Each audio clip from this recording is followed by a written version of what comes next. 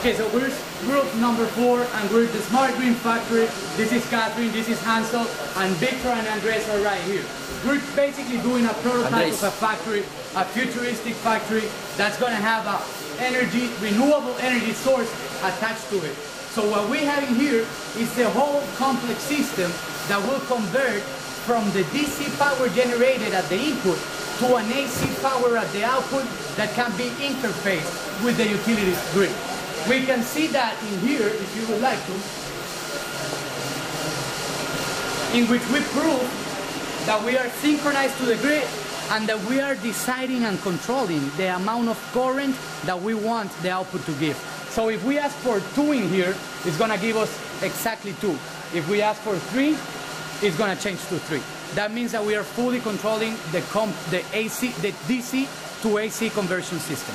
So besides that, our project consists of a smart energy management device which will allow us to monitor power flow and incoming and consumption of current in different points of our system. This could be in a real factory, for example, fans, this could be different loads, this could be heaters, and it's going to allow us to have and give the user information on what's happening with our system. That's definitely going to be a great feature for some business owners that want to know more of how they can reorganize the consumption of the loads in order to get a better and a lower electricity bill. The output, the goal of this project is to basically maximize savings and maximize the use of renewable energy sources. That's what we're looking for.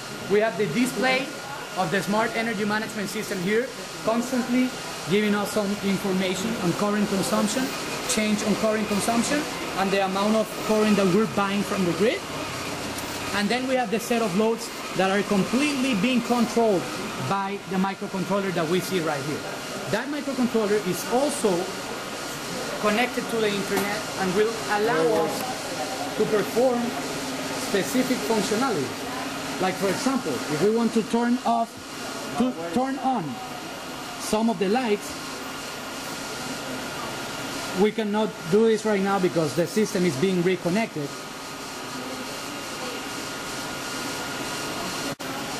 So we can turn off, for example, the lights. Okay, so we see that, and that's basically an overview of our system. You can also see the fan when the smoke comes out. You can turn on the fan from right there and turn on the lights too. Well, I can't find the turn on the lights.